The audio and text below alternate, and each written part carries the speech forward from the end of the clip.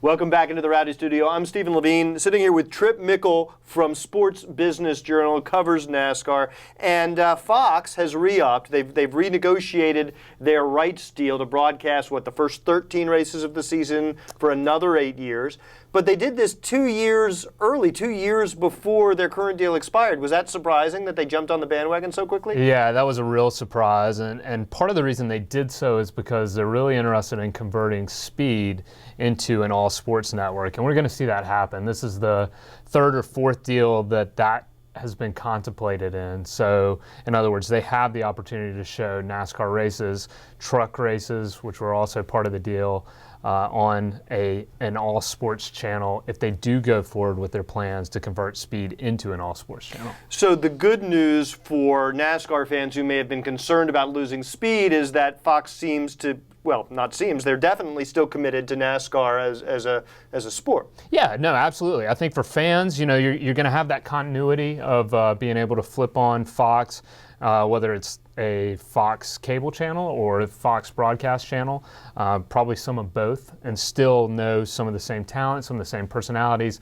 some of the same camera angles, some of the same approaches that you're accustomed to with your NASCAR broadcast. So it might be a deal similar to ESPN, where every now and again you got a race on ABC, but most of the races are on ESPN. We could see a similar model for this Fox Sports 1.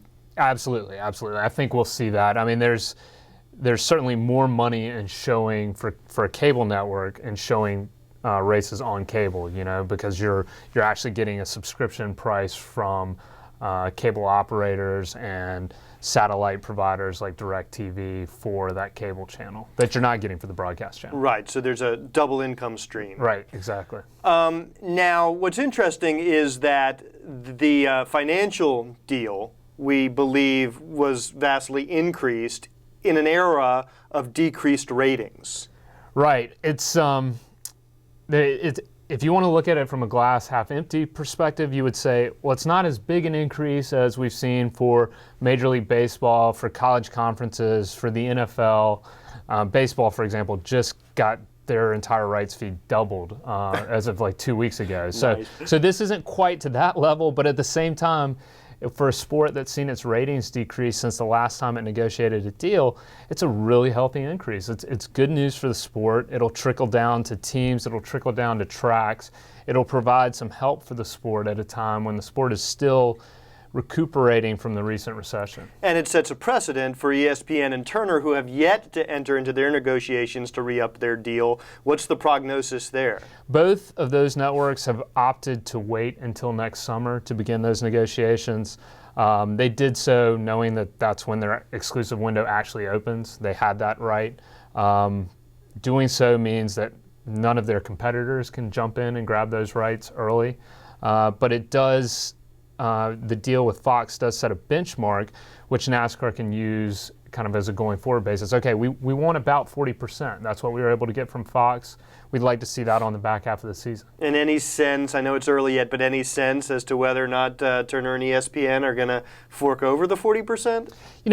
That's going to be unclear until we get into next year. I mean, really, NASCAR at this point hasn't made a decision about whether it's going to go with 1, 2, or 3 broadcast partners. I mean, it could slice this a number of different ways, and it really won't be able to know that until it's had negotiations with Turner and ESPN next summer. Another key feature of this deal is what are they calling it, TV Anywhere, where you'll have digital rights to live stream races. Fox will be able to live stream races. Is this going to be like ESPN, where you have to go through your cable provider, or will a NASCAR fan in Bangladesh be able to go to foxsports.com and watch the race? No, they love that word authenticate in the world of television programming. When it comes to digital rights, you'll have to authenticate. You'll have to show that you have a cable package that carries Fox and carries, for example, Fox Sports 1 if races do wind up there, to validate and be able to watch those races online. So if you're just using rabbit ears, you're no luck, no love. No, not at all. Yeah, I mean,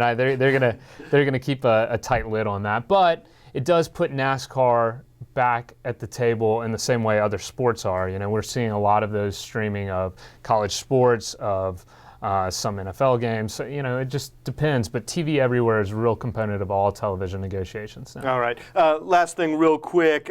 Sprint just got acquired by a different company. Is this going to affect title sponsorship of the Cup Series? This is why you get those negotiations done early, right? So last banquet, we had Dan Hesse, the CEO of Sprint, announce an extension through 2016. That's a good thing for NASCAR right now. That means that Sprint will still be supporting the sport going forward. All indications are that the SoftBank acquisition and investment in Sprint won't have any impact on that. So we won't be calling it the NASCAR SoftBank Cup Series? No, I don't think they're going to change the name. It doesn't really ring. Yeah, no, not at all. All right. For Tripp Mickle from Sports Business Journal, I'm Stephen Levine. Thanks for watching.